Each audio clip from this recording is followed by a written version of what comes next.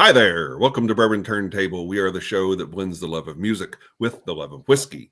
With me tonight, as always, is my good friend Drew Crawley. Drew, what's up? Howdy, sir. I'm doing well. I have a little work from home day, hanging Yeah. out, watching a little Netflix, hanging out with Prime, Yeah. just taking it easy today.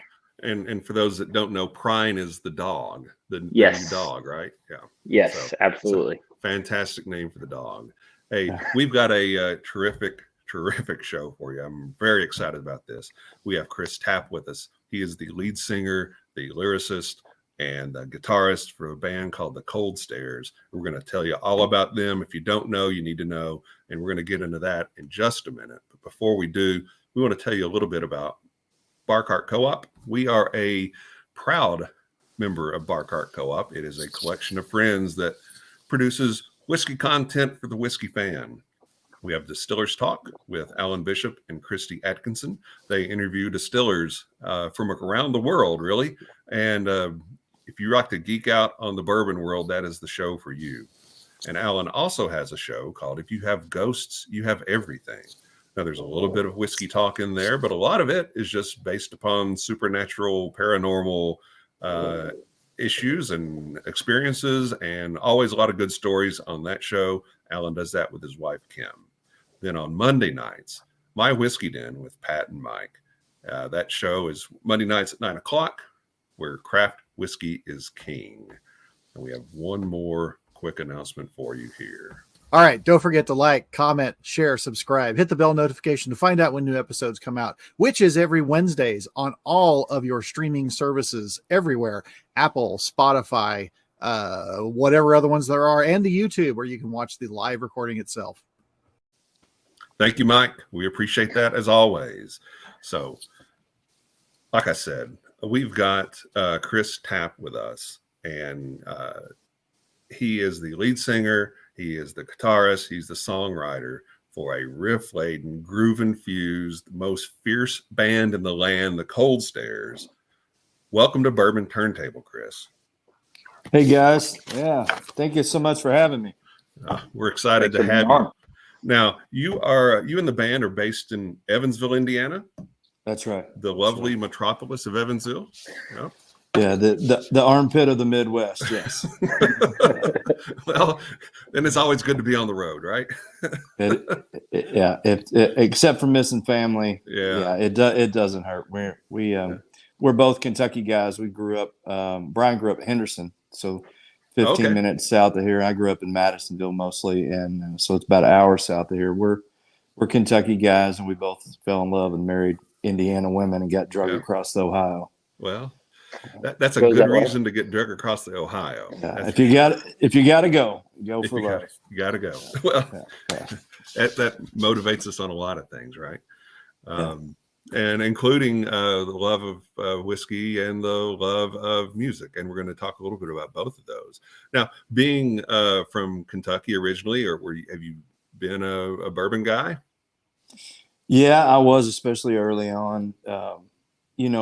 My granddad and my dad were both bourbon drinkers when I was young, and I think my dad was on a work trip or something one time, and I was probably 13 or 14 and snuck in there and took a big drink of one of those bottles, and I was like, oh, this is not for me. And so so whenever I was younger, I was more of a beer guy, and then I stopped drinking. I had health issues in 2010 with some cancer stuff, and stopped drinking altogether for about 6 or 7 years, and now I have a glass of bourbon or whiskey every now and then. That's my one vice I get to explore just every now and then. But. Good. Well, what everybody's got a sample of the William Dalton, and so we want to take a little pull of that. A little bit about it. Alan Bishop, who's the distiller, and he refers to himself as being the alchemist. Alan is a friend of ours, friend of the show. He works at Spirits of French Lick, and this is a wheated bourbon, 70% corn, 20% wheat, 10% malt, and it is bottled in bond and aged a little over 4 years. And Chris, this is a Indiana bourbon for an Indiana band. That's right. Let's cheers to Chris and the band, and to a good show. Cheers.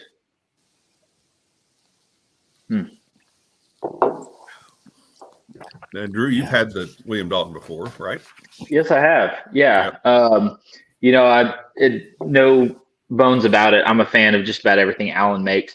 This one has such a, I don't want to say softness, but it really kind of coats the tongue and the palate in such a pleasant way. You get a lot of that kind of stone fruit thing. I think almost like peaches. Get a little bit of honey. Get a little bit of the pastry notes. Kind of a what's it, like a croissant but with fruit in it, kind of a thing. Yep. I love it. So good. Isn't a croissant with fruit in it called a turnover? That's probably correct. Only at Arby's. Only at Arby's. Right. Well, Chris, Not any up on my thoughts? How you toast like it? Yeah, that's fantastic. I think that's the first Indiana bourbon that I've had. It's nice. It's got a great after. The front of it's nice and sharp, but the back of that is really nice and warm. And as he said, it's got a little bit of. It's almost like a caramel, or it's just a nice sweet back end. Yeah. A lot of times that that first drink is a little bitey, and then and sometimes it sits on the tongue a little weird afterwards. That sits on the tongue like a nice velvet blanket afterwards. So that's good. Yeah. Well, I'm glad you enjoy it. And the bottle we sent you, the Alan Bishop, who's the distiller there, he had signed that for you. So yeah, I hope you enjoy it, and yourself or with friends or however you choose to do. So absolutely. Thank you, guys. Yeah, thank you. Any other things from the whiskey world? Any particular brand that you gravitate to? Yeah, you guys are going to shoot me for this, but I'm a collector of things. I've always kind of been a collector of things, and knives and watches, and obviously guitars. But I had gone to Dallas last year with a good friend of mine. We went with our wives, but it was with a good friend of mine who was an avid bourbon and whiskey collector. Mm-hmm. And I had no idea that there was a secondary market for this stuff. So I'm always into buying and selling guitars and stuff. And he was like, we went to 4 or 5 shops. He was looking for a certain whiskey. And I said, what's it called, or what's it sell for new? And he's like, $150. I was like, oh yeah, it must be some good stuff.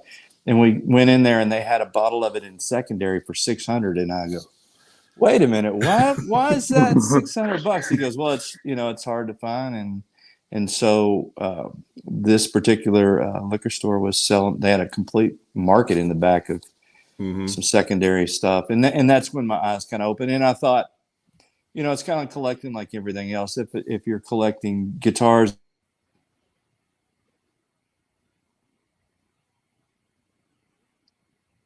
Chris, we lost you. There you go. Sorry about that. No. I was going to say, if you're collecting guitars or you're collecting knives or whatever it is, it's nice to stay in an era and a path. Mm-hmm. And so, growing up in Kentucky, I'm like, everybody drinks Kentucky bourbon. So anyway, long story short, I started doing Japanese whiskeys. Oh, okay. All right. So very cool. I'm a Suntory kind of guy here lately. And I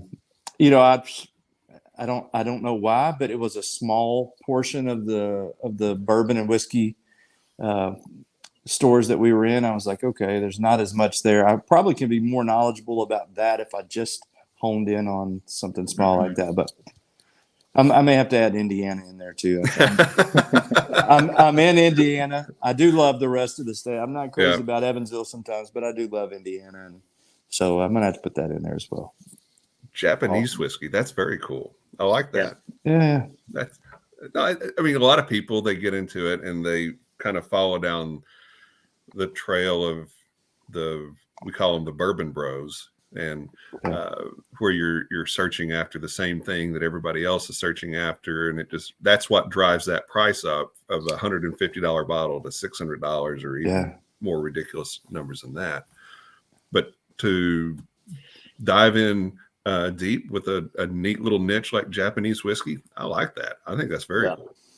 Well, as far as the other things that the Japanese make, with whether it's knives or guitars or some of the other stuff, it's always an honor in the craftsmanship of the effort that they put in. And I just assume that probably that was the same with the distilleries over there. And I do like that Suntory brand. There's a couple other odd ones that I've had that I dig as well. But yeah.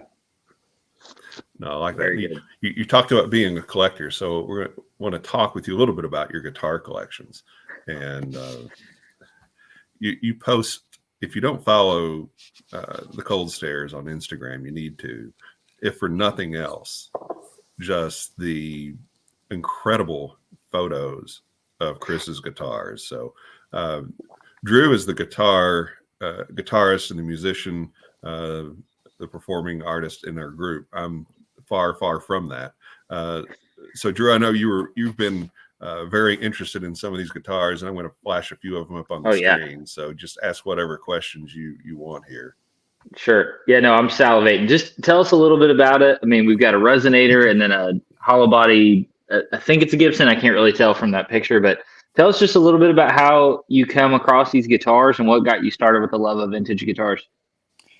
I've always, from the time I was 14 or 15, I was just enamored with guitars, and I've always bought and sold for the last 20 years. I've been buying and selling guitars, and I just, anytime you've done something that long, I'm sure it's the same with the bourbon world. You kind of get your thumb on the pulse of what works and what doesn't, and what resell. Some of the guitars I buy, or that I acquire, or things that I wanted to keep, or that I'm going to use specifically for a Cold Stairs record or for recording. Mm-hmm. And some of them are specifically for flips and for selling. That red guitar there, the semi hollow body, that is a 1959 ES355 in mono.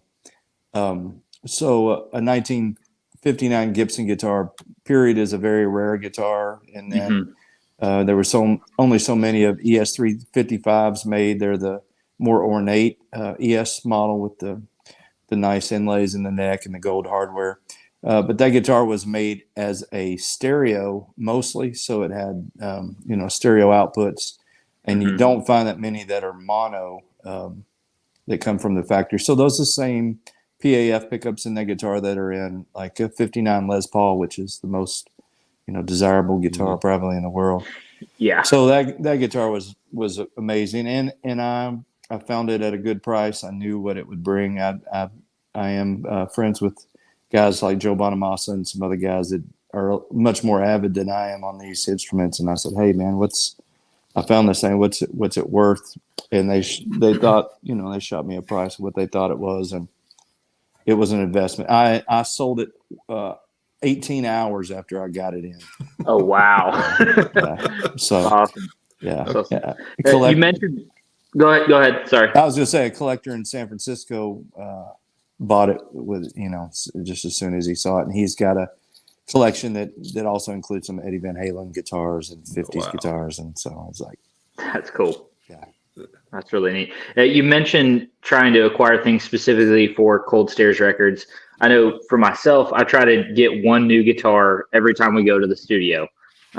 Just from a creative perspective, just to say, hey, I want to use this somewhere. I'm not sure how it'll fit usually until we get there, but how do you approach that for y'all's records? Do you go in with a specific sound set in mind? Do you go in and just say, hey, I have these 3 new guitars. Let's see what we can pull off. Like, how do you approach that?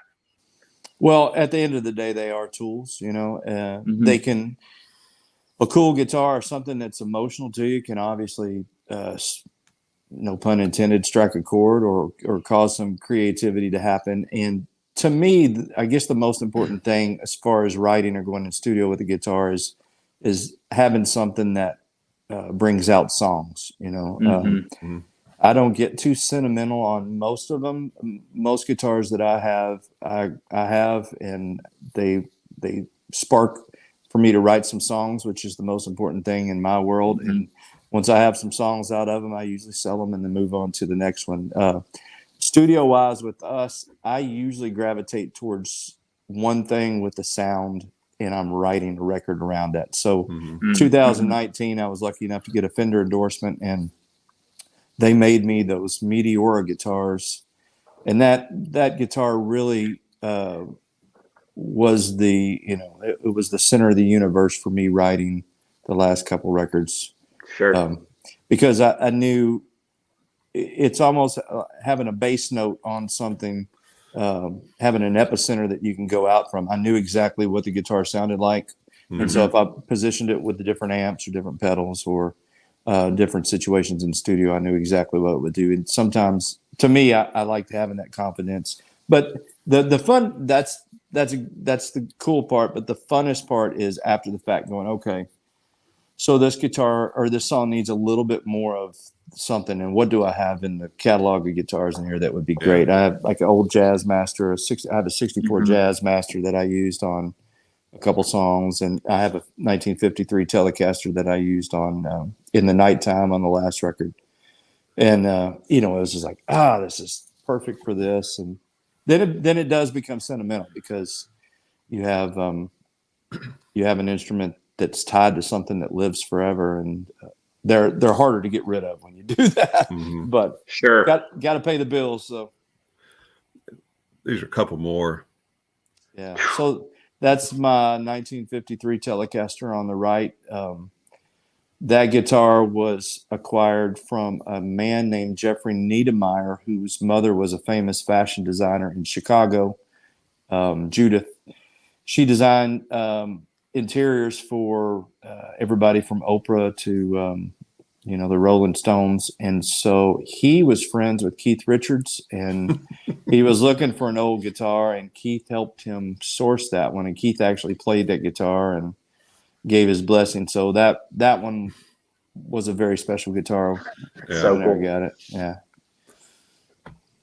And then the one on the left is the most valuable guitar, the most difficult electric to find is a 1958 Gibson Flying V, the Corina guitars. There was a very small amount of those made. They usually sell around $1 million. Obviously, I'm never going to be able to afford one of those. Or if I had $1 million, I don't know if I would jump into that. But a guy named Banker Guitars is down in Atlanta and makes those reproductions. He's got a license with Gibson to make them as accurately, as close as he wants to make them.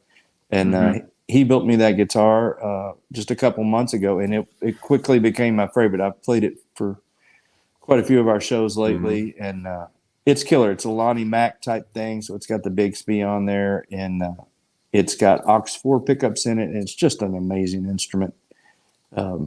He's a hell of a builder. Great builder and a great guy. Yeah. That was the guitar you were playing when I saw you here in Louisville. Yeah, and yeah. That when I saw you walk out with that, I thought, okay, we're in store for something special.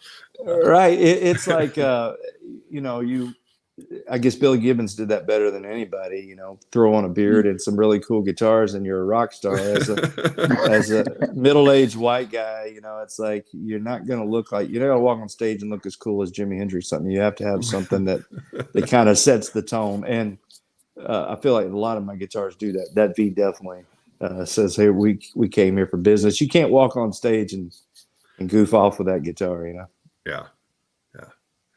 Okay. All right. Well, we want to get into a little bit more into the music side of things. We've kind of done that a little bit with the guitar stuff, and this is all fascinating. And like I said, follow the Gold Stairs on Instagram. You're going to see some fantastic looking guitars. If you're a guitar guy, you're doing it wrong if you're not following them already. But we're gonna slow down in side A here, and we're going to flip it over to side B. But before we do, we want to tell you about our friend Blake Reiber over at sealbox.com.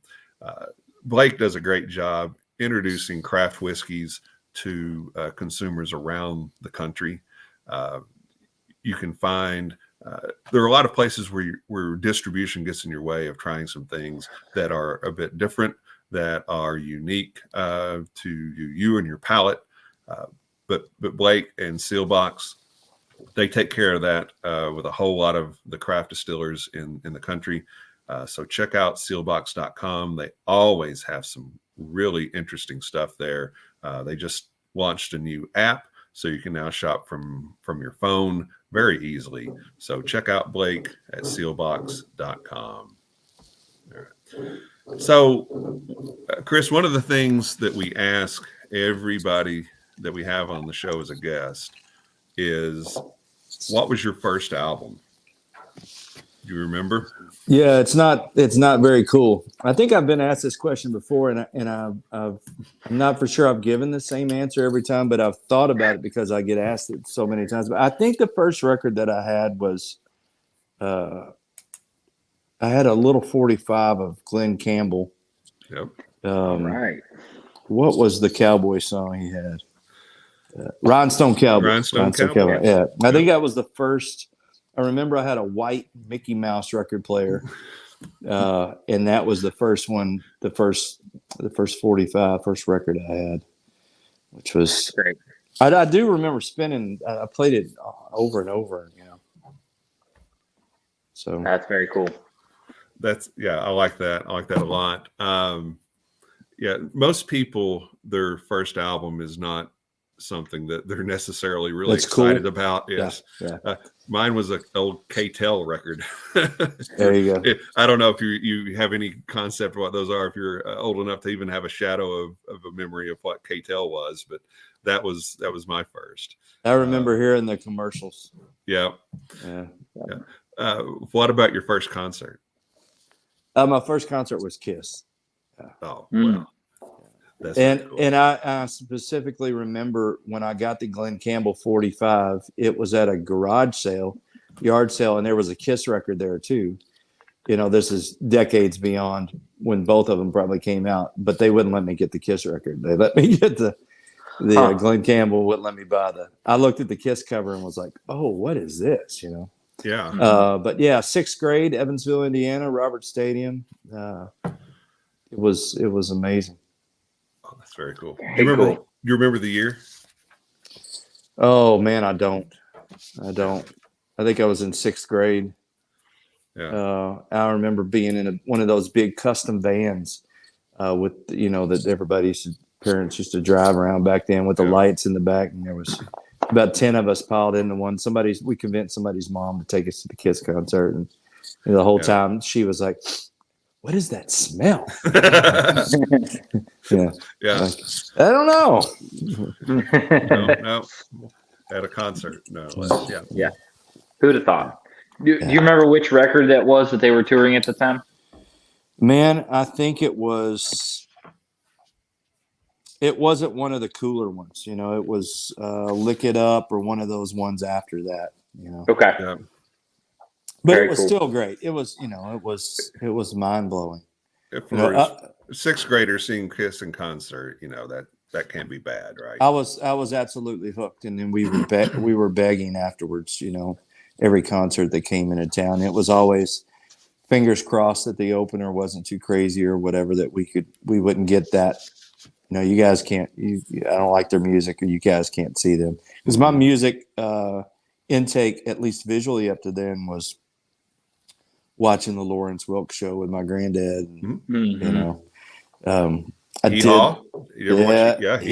Hee-haw, and those reruns and stuff. I did catch Jerry Lee Lewis on television when I was really young, and that was the starting point of me going, well, I want to do that. I started taking piano lessons at 4, and that was when I had seen that and begged my granddad to let me do that. So, oh, that's so cool. Yeah. So you said piano at 4. When did you start playing guitar? Not until I was 13 or 14, and my way of learning guitar and just kind of the way I started was probably much different than most everybody else. I was playing keyboards in a band around 13, and then I noticed all the girls liked the guitar player better, and was like, I was like, well, maybe I should switch to guitar. But whenever I got the guitar, we were already trying to write songs. I was writing songs in elementary school, we had a teacher we'd write songs about, and we had a band called Mercury. And the local mall, you go in there and get T-shirts, and they would put the letters and stuff on. So we all went in there and we got a T-shirt. We all had different names in the band. I was Flash, and Flash Gordon, and I don't remember what everybody else was, but I was writing out. So when I started playing guitar at 13, I wasn't attempting to learn the instrument. I was just attempting to go, okay, which notes can I put together to write a song? I was immediately trying to write songs. So I never learned the chords. What I would do is sound out the chords on the piano and then just try to find the notes on the guitar and group them together. Yeah. So when I started playing with other guitar players, late teens, early 20s, they would say, what chord is that? It's an E minor. No, it's not. That's not what that looks like. Well, it's an E and a G and a B. That makes an E minor, doesn't it? So I played much differently, which I got chastised for quite a bit when I was younger by my parents, that I was not doing it like the other people. But it absolutely helped me further in life to become not a great guitar player, but maybe have my own thing, unique, a little bit more unique. So, yeah. I mean, I so resonate with that. I started piano at 4 as well, switched to guitar at 13 because girls liked it.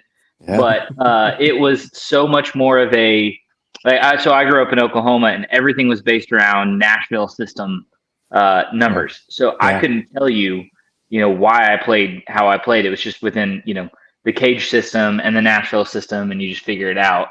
But kind of regurgitating that to bandmates and things like that is such a challenge if you don't know exactly what you're doing. Yeah. But it really does serve you well later in life just to be able to say, this is why I'm doing it, or this is why I'm voicing it that way, or whatever. So that's cool. I resonate with that a lot. That's awesome.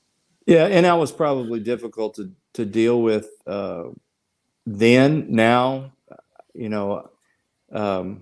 I understand music theory, and so it's a lot easier now to go, oh, well, even listening to a song, it's the minor second, or that's the minor sixth, or, so I think the most deadly combination is to have enough knowledge that you can hear things and figure it out and communicate that to other people in the band, but to still be always having to search. If you have to search a little bit, especially for songwriting, I find that beneficial. But yeah, I'm totally with you, man.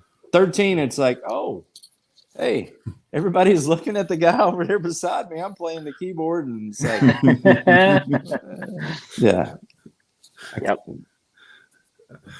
So, when did you get into the classic blues, the Robert Johnson, Son House, Howlin' Wolf, that kind of thing? Because that is, just to hear you play, you can tell that that's in there somewhere. Mm-hmm. About that same time period, I saw that Crossroads movie with the Karate Kid, and I was gone, because I've always been somebody that was interested in just the supernatural and just things that are beyond what we see. And I was like, that movie was religious and supernatural and crazy and whatever else. And at the time, I thought I was listening to the old cats, because I was listening to Jimi Hendrix and Zeppelin, because my godparents behind me, they had a kid that was 20 years older than me, and he was listening to music that was his older brother's, which was 10 years older than him. So I was hearing Hendrix and Zeppelin like when I was 13, 15 years old.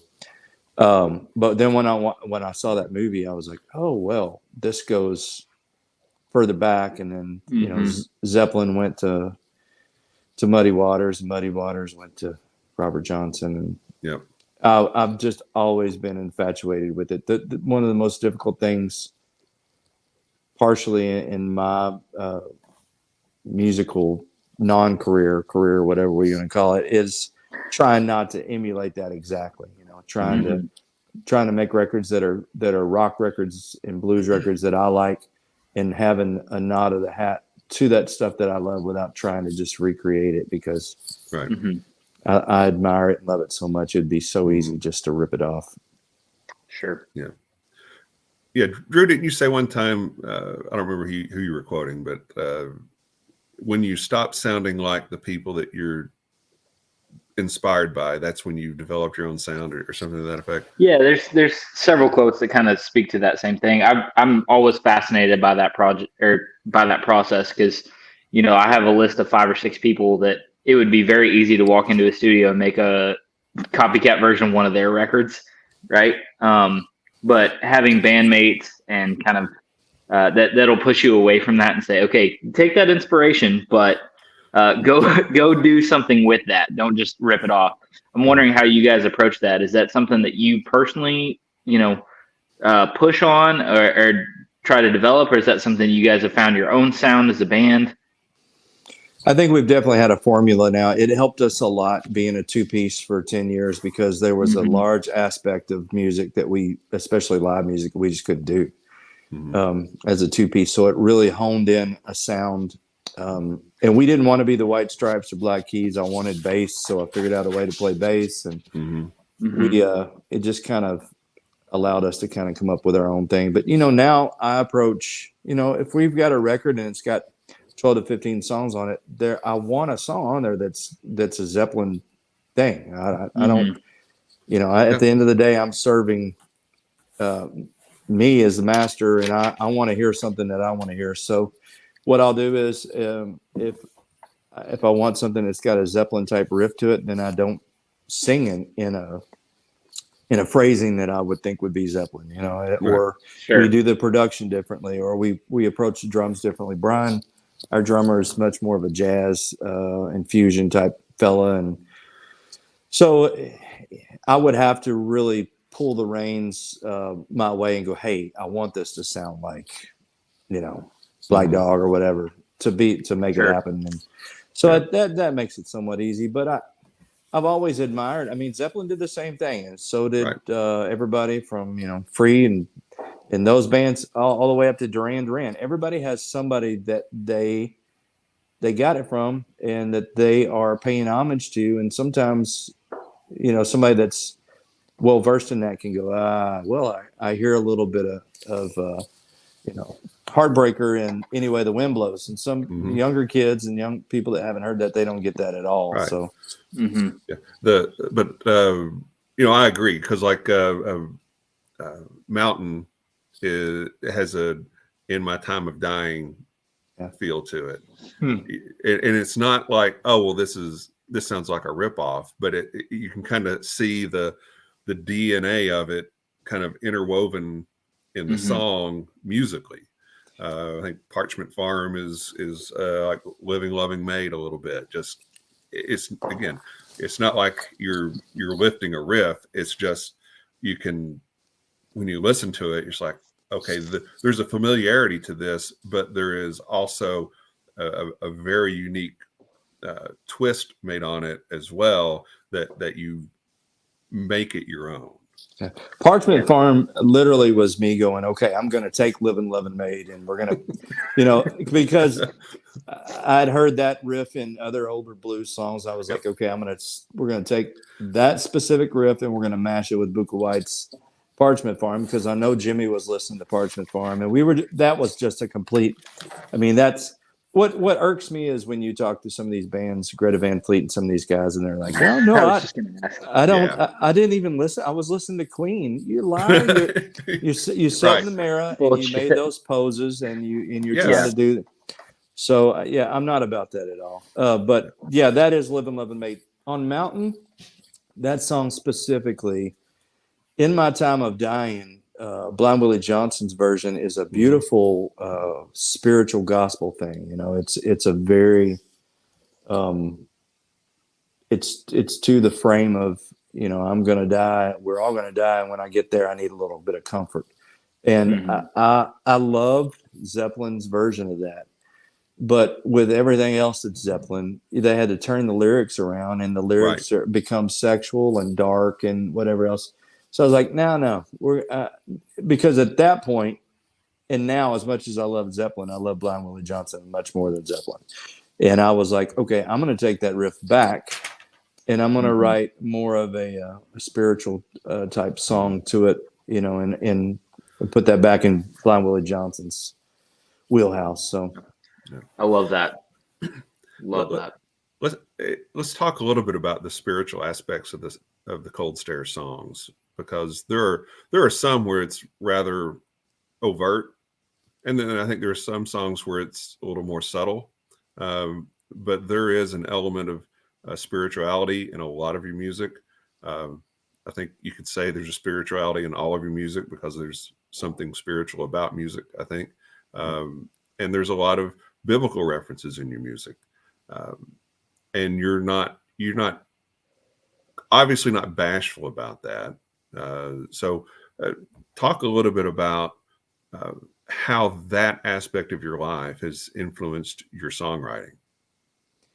I think around the time that I started playing guitar, up to that point, I was drugged to church every Sunday whenever I was a kid growing up, and probably up to about that point, up to about 13, 15 years old, a lot of times begrudgingly, but it was a time that I got to spend with my granddad, and I love my granddad, so it was a good thing. But around that time, when I started looking back at the Delta singers, I was like, oh, wow. Well, church service was kind of boring today, but to hear Son House sing John the Revelator, this is like, I mean, this is like a Bruce Lee movie. I'm getting my butt kicked. It's like, it's a powerful thing, and it felt heavy, and so the other thing that I started noticing was on those albums that I loved, I was like, okay, well, they have a song on side A of this vinyl that talks about a woman cheating on him, and she's a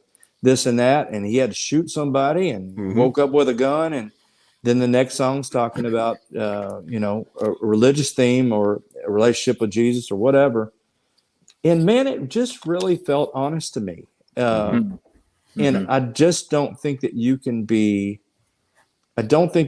write music or do art that will ever matter or really connect with somebody else if you're not being honest. And if I was a Buddhist monk, there's Cat Stevens has got, he's got his thing. Everybody's got their thing. I think the main thing is just to be honest where you're coming from and right in that direction, but also be aware that not everybody's like you.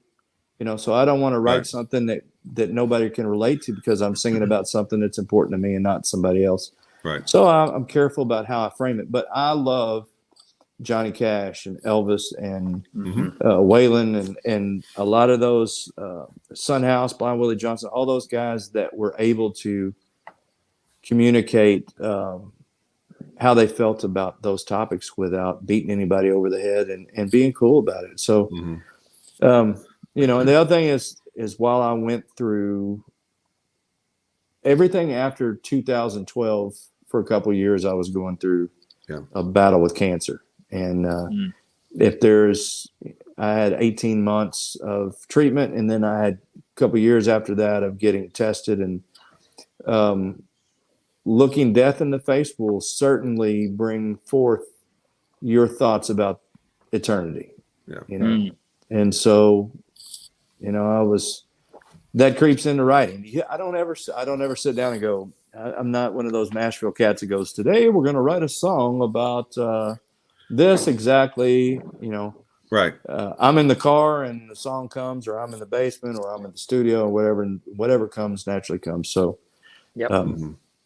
that's just it's a part of who I am, and I try to do it in a respectful way. And I tell you what, I'm very lucky because over the years I've had a lot of people that have commented on that and said, "Hey, man, I'm not really that person. I don't believe that, but I like the way that you're presenting that because it's not judgmental or beating me over the head." And so, yeah. And that's another emulation of my heroes. That's just me doing what the people that I love did as well. Right. But it's authentic to you and your experience and your beliefs and the path that you've traveled in your life. Yeah.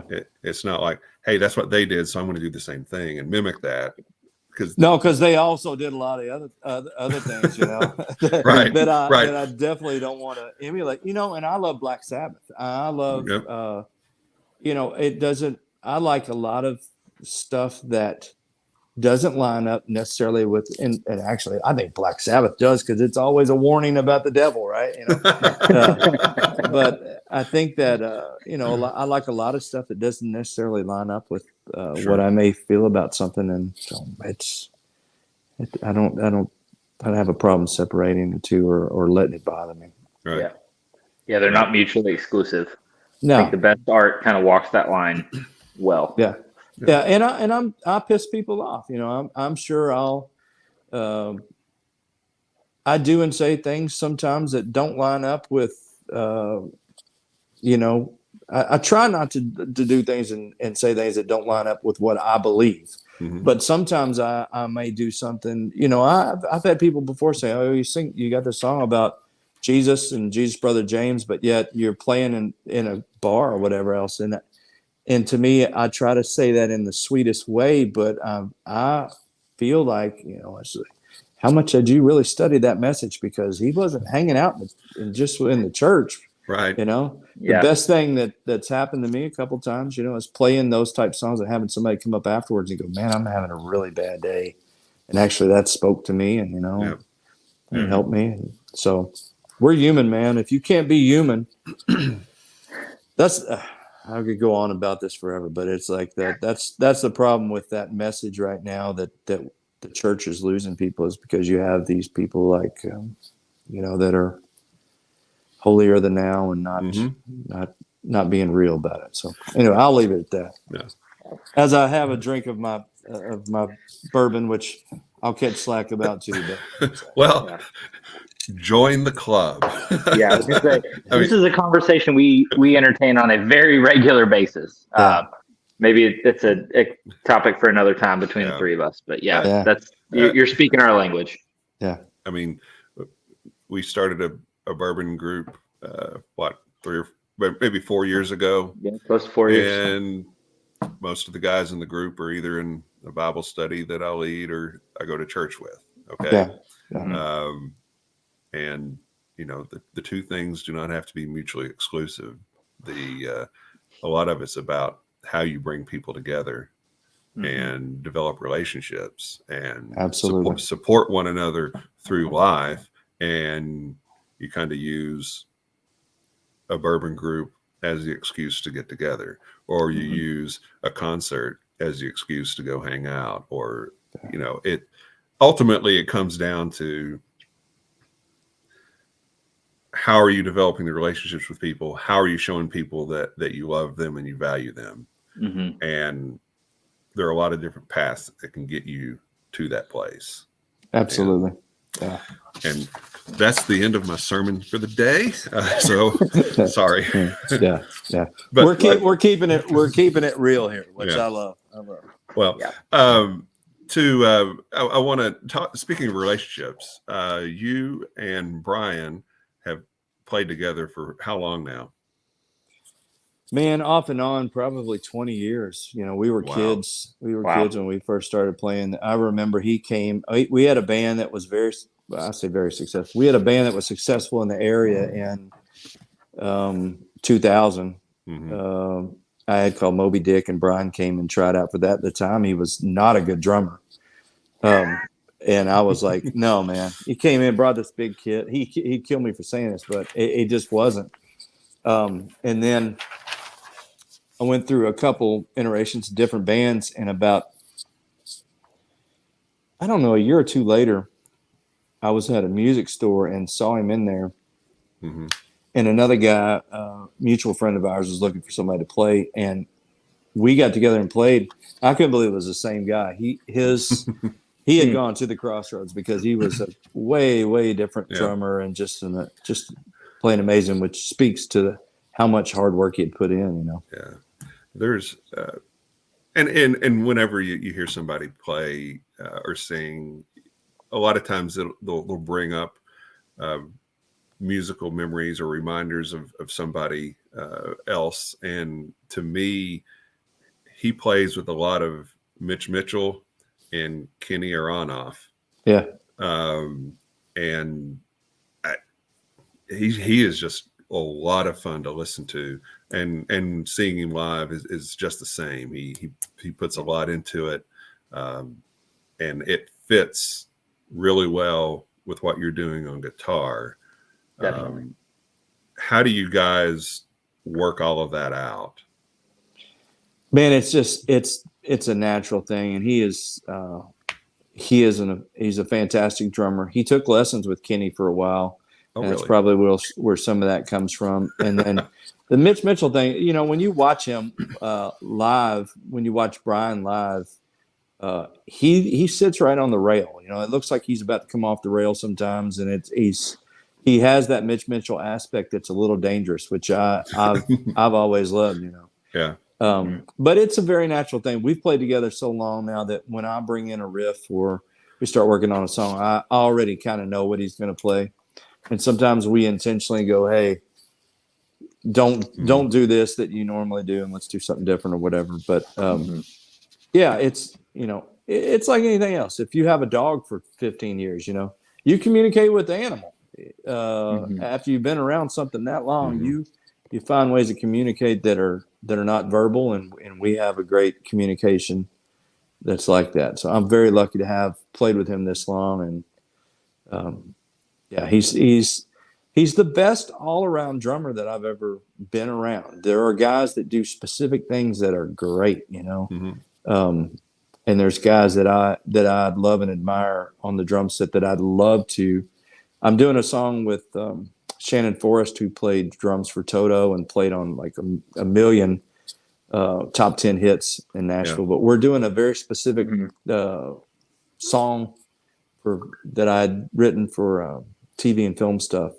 If I had to have somebody else try to step in and do what Brian does in this situation, I have a hard time replacing him. He does something very specific to what we play together, and it's a big part of our sound, and a big part of my guitar playing is reflected by Brian. Oh, that's great. Yeah, I don't know how to describe the energy correctly, but there's a fierceness or a savagery to the energy that you guys have. And, we talk a lot, on the show about bands like the Foo Fighters or, there's several that have that, but there's just you used the word dangerous earlier. There's a dangerous energy to what you guys bring. And I don't know if that's a collaborative thing or if that's something you guys bring individually, but it's just so all over your sound. Yeah, I think part of why we love it. Yeah, we talked about that early on, trying to be Old Testament, meaning, in the New Testament, things are fairly calm, and this in the Old Testament, like something happened and God gets mad and wipes out the whole town. It's like when we get up there, we want it to have that a little bit of mysteriousness to it, and a little bit of meanness, and a little bit of weight to it. It's not even the acoustic stuff that I do. I try to have a little bit of weight to it. There's enough people that do great pop stuff that's nice and friendly, and so I always feel like the best rock and roll that I like, and the best blues stuff has a little darkness in there somewhere. Sure. Yeah. True. One thing that you've added into the band now is a bass player. Bryce, is that Clue? That is right. Yeah. It's Clee. Yeah. Clee. There's not anybody that says his last name correctly, and I'm like, dude, just make it Clue. But I wouldn't guess that. It's Clee, and the first time that we jammed together, I was like, yeah, Bryce Clee, and he didn't even say anything, because it's like everybody else gets it wrong. I was just trying to get in the band, so I didn't care what you called me. Right. But yeah, it's Bryce Clee. Yeah. Now, I know you've got a new album coming out, and we'll get more on that in just a minute. Did he play bass on the album as well, or has he just now started to tour with you guys? No, we added him in December and started talking about the record. We knew on the new record I wanted to add a bass player, and that was a conversation Brian and I were having when we were in Europe the last August.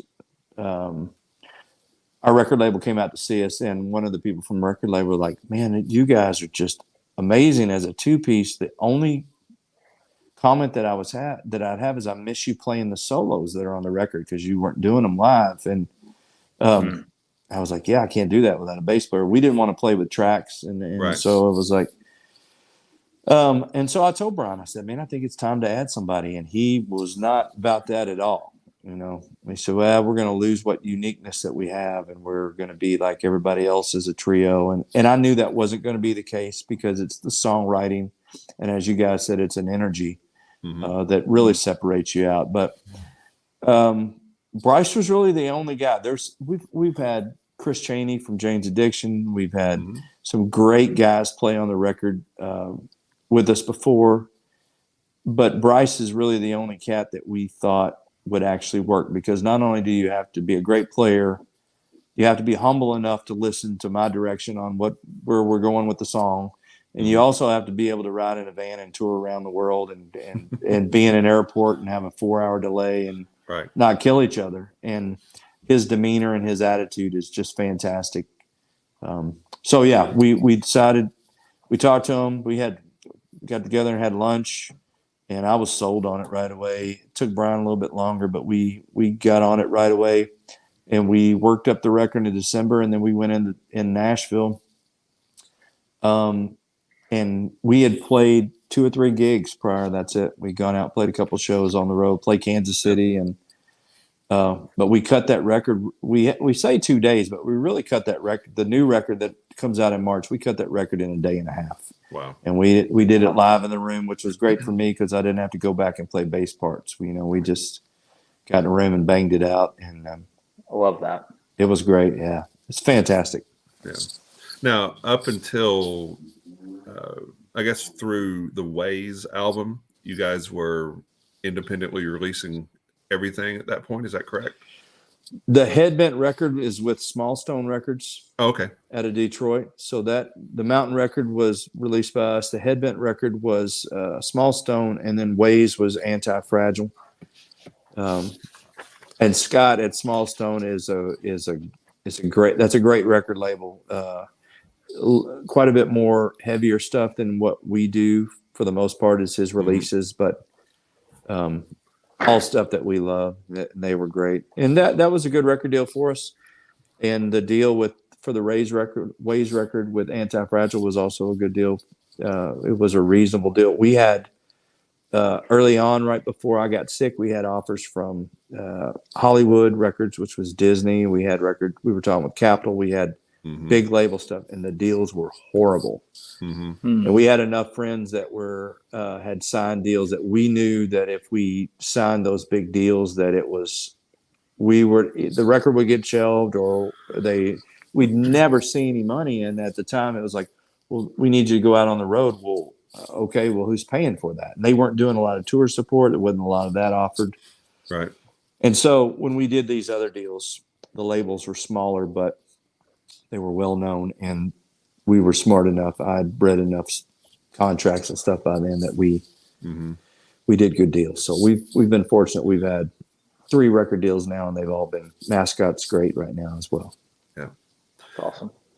But there's an element of that is financial. Obviously, if the record label has their hand in your pocket on everything, and they're leaving you crumbs, then what's the motivation to keep doing it, right? Absolutely. Just fame. It's just fame. And there's so many bands that are doing that. Yeah. There's so many bands that are signing record deals, not making any money just to get their name out. Hey, I signed a record deal, and hey, I'm broke, right? But the other part of it is self-determination. How does that play into? How is that what priority level does that reach in you and the band's decisions that you're making in terms of these kind of deals? You mean the ability to make the decisions ourselves? Yes, to decide this is the kind of record we want to make, or these are the kind of songs that we want to write. We don't want to have somebody telling us, making content decisions about our music. That's the most important thing, right? I mean, if you're really an artist, That's the most important thing. And so we have every deal that we've done, we've not had any input on the albums whatsoever. Early on, we had discussions with another record label, and the A&R guy in the second conversation said something about, I think the religious overtones of this song probably doesn't fit the record. I'm like, see ya. Right. You know, Small Stone did not. They said, "Hey, we love what you guys are doing. We don't want to tell you what to do. Go do it." And so did the Anti-Fragile. Mascot is a bigger label. They're giant, and they've been 99.9% great too. We have some discussions sometimes over the album cover or the way the bands we do videos.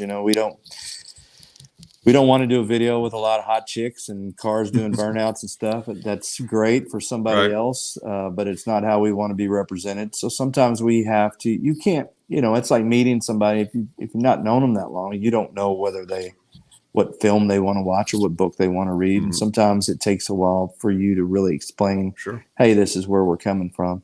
But Mascot's been fantastic too, and Ed, the man that runs Mascot, is fantastic about trusting his artist and stuff too. But I think it's the most important thing. We've had songs in Chevrolet commercials. A tough thing for us was having a song in the Cyberpunk video game. And that's one of those things, self-determination. You have to decide. The video game has an immense amount of sex and violence and stuff. And I got a 15-year-old kid, and he wants to tell all his friends his dad's in the video game and got songs and wants to play it. And I don't necessarily want him playing that game. At least not at 15. Sure. But we are not. We also got to pay the bills, and I have to feed my family, and the money was right on it. And there's times that you have to look at those things and go, well, I don't necessarily maybe agree with how this is going to be used, but in turn, it's going to allow me to do some things that are far going to outweigh it on the back end. So, right. But it's also a way that somebody can connect to your music. Absolutely. Yeah. Hey, I heard this band, the Cold Stares, on this video game I was playing. Let me check this out. And they put on your first track from your first album, and it's Jesus Brother James. Yeah. Okay. Now we're talking. Yeah. Right. Yeah. And that's 100% of my thought after it. And, we're not going to do condom commercials or sell butter, but if it's cool, if I feel like that it's going into something that resonates with an age group or a percentage of the population that I'd really like to reach and affect, I want to do it. But I would have I'm hard-headed anyway, man. And part of that's from where I come from, but I have a hard time with somebody telling me we can not do something or we have to do something. That doesn't really resonate with me. But I feel like at my age and kind of way I've mellowed a little bit, I want to listen, and Mascot has had some great things that they presented or that they have insinuated that we should try. And you got to be able, if you're so hard-headed that you can't listen to somebody else's opinion, then that's a big problem. So Well, I want us to talk a little bit here about hang on just a second. This new single, it's been out for a couple weeks. Yeah. The Joy. My goodness, sir. Heat. Yeah, thank you guys.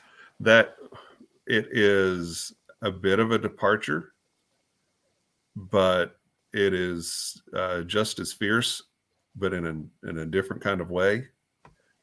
Yeah. So tell us a little about that song and where that inspiration came from.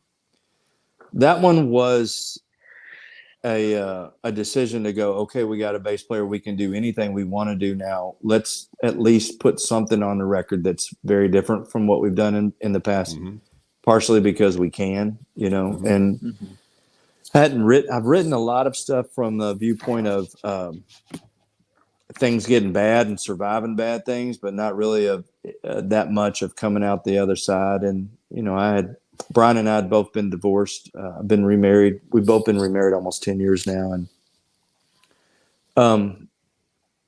it goes back to writing what's real. I went through a period of time where I said, I'll never write a love song because there's so many of them out there.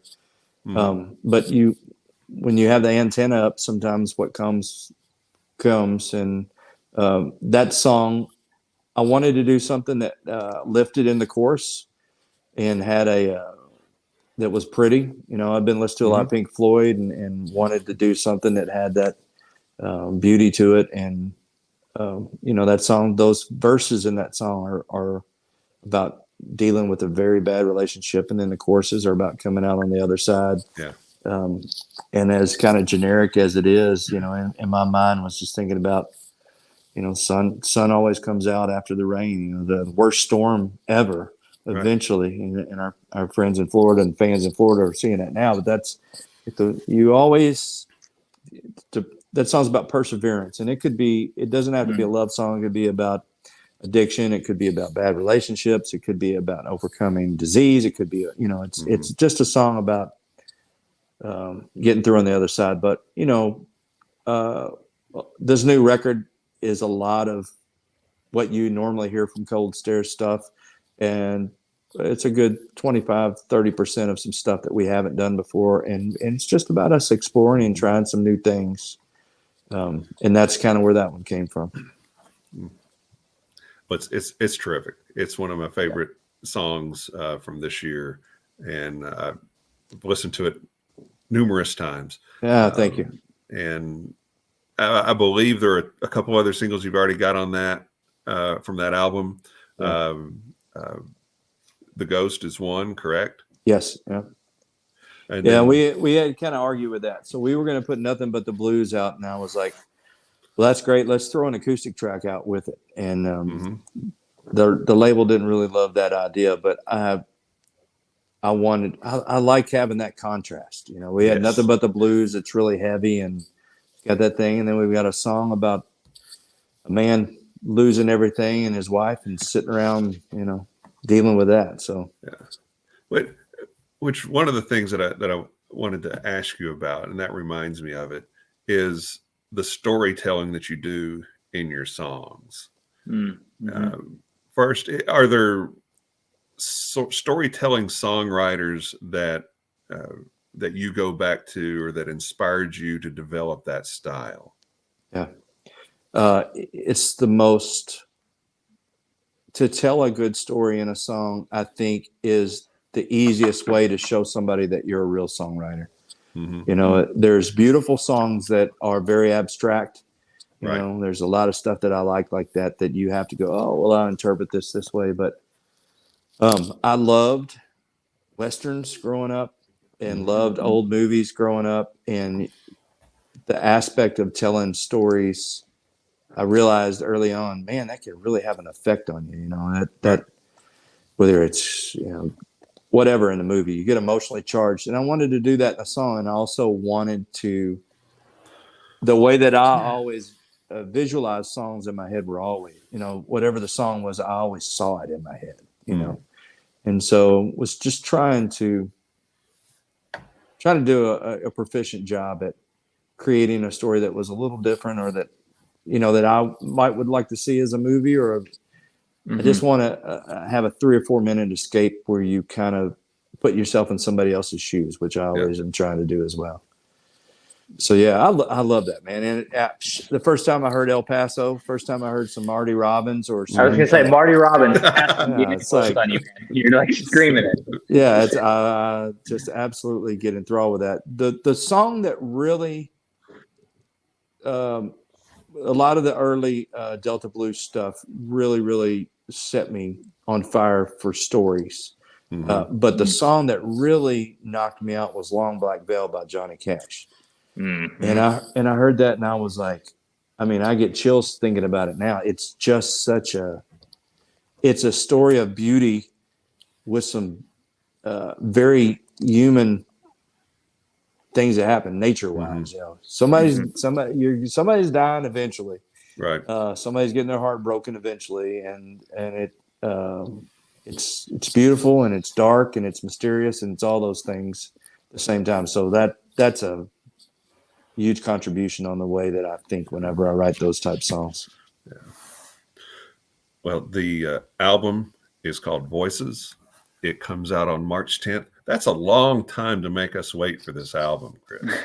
I don't really appreciate that, but I am enjoying the singles that you released, and it gives me something to look forward to. That's the other argument that we had with the record label. We're old school, man, and I'd like to drop the record tomorrow. Yep. And then have you another record by March, because I love to write. You are proficient. Yes. We love to write and record, and I didn't want to wait that long. Yeah. But that's the name of the game now. And we watch our analytics and Spotify numbers and stuff, and sure, releasing a song about every 5 or 6 weeks keeps you in everybody's face, and that's part of it. So we just kind of have to go with the flow on that. Yeah. All right. Well, we're going to start wrapping things up here. And as we do, Chris, tell everybody where they can find you and the band on social media. Yeah, it's just, if you're on Instagram or Facebook or Twitter, it's just / The Cold Stairs. We're easy to find. We have a website that's thecoldstairs.com. It's got all the links and the tour dates and stuff on it as well. And you're on Spotify and Apple Music, YouTube Music, and all that good stuff too, right? Everywhere you find music, you'll find us eventually. And Drew, how about yourself? Where can people find you? You can find me. Yep, find me on Twitter at DrewCrawley63, mostly for shenanigans and sarcasm. And then music-wise, on Instagram at Drew.Crawley63 for all the updates and shows and stuff. And then music, wherever you can find your music, wherever you like to get that, my music's there. All right. And as for Bourbon Turntable, we are on YouTube. You can watch the show. You can listen to us on Apple Podcasts, Spotify, Google services. We have a Facebook page. We have a Facebook group where you can go in. You can tell people what you're drinking while you're listening to the Cold Stairs. And so just check all those things out. You'll see some fun content there, and hope you'll have a good time with it. Drew, we also have... we've got some good stuff coming up here, don't we? We've got some incredible shows coming up. Yeah. So this episode with Cold Stairs is going to be one of them. We've got our friends from Sweet Lady Band coming up. We've got David Jennings from Rarebird 101, Brian Cushing from Victorian Barroom, Eric Wolf from Stolen Wolf, and tons of others I'm sure I'm forgetting. But the rest of the year is heavy on great guests for Bourbon Turntable. Yeah, we've been very blessed and fortunate. We've been blessed and fortunate to have Chris with us today. I hope you had a good time, sir, and maybe we can do this again come March. I had a blast, and we can do it every week if you like. New co-host, let's go. I've got some ideas about having you back to talk some very specific music things as well, but we'll talk about that later. But, we can do a Japanese whiskey and whatever music podcast if you want. But yeah, I would love to come back, and really appreciate you guys having me. It was a blast. All right. Well, until next time, on behalf of Drew and Chris, thank you for listening, and cheers, love, cheers. Free bird. Thank you, guys.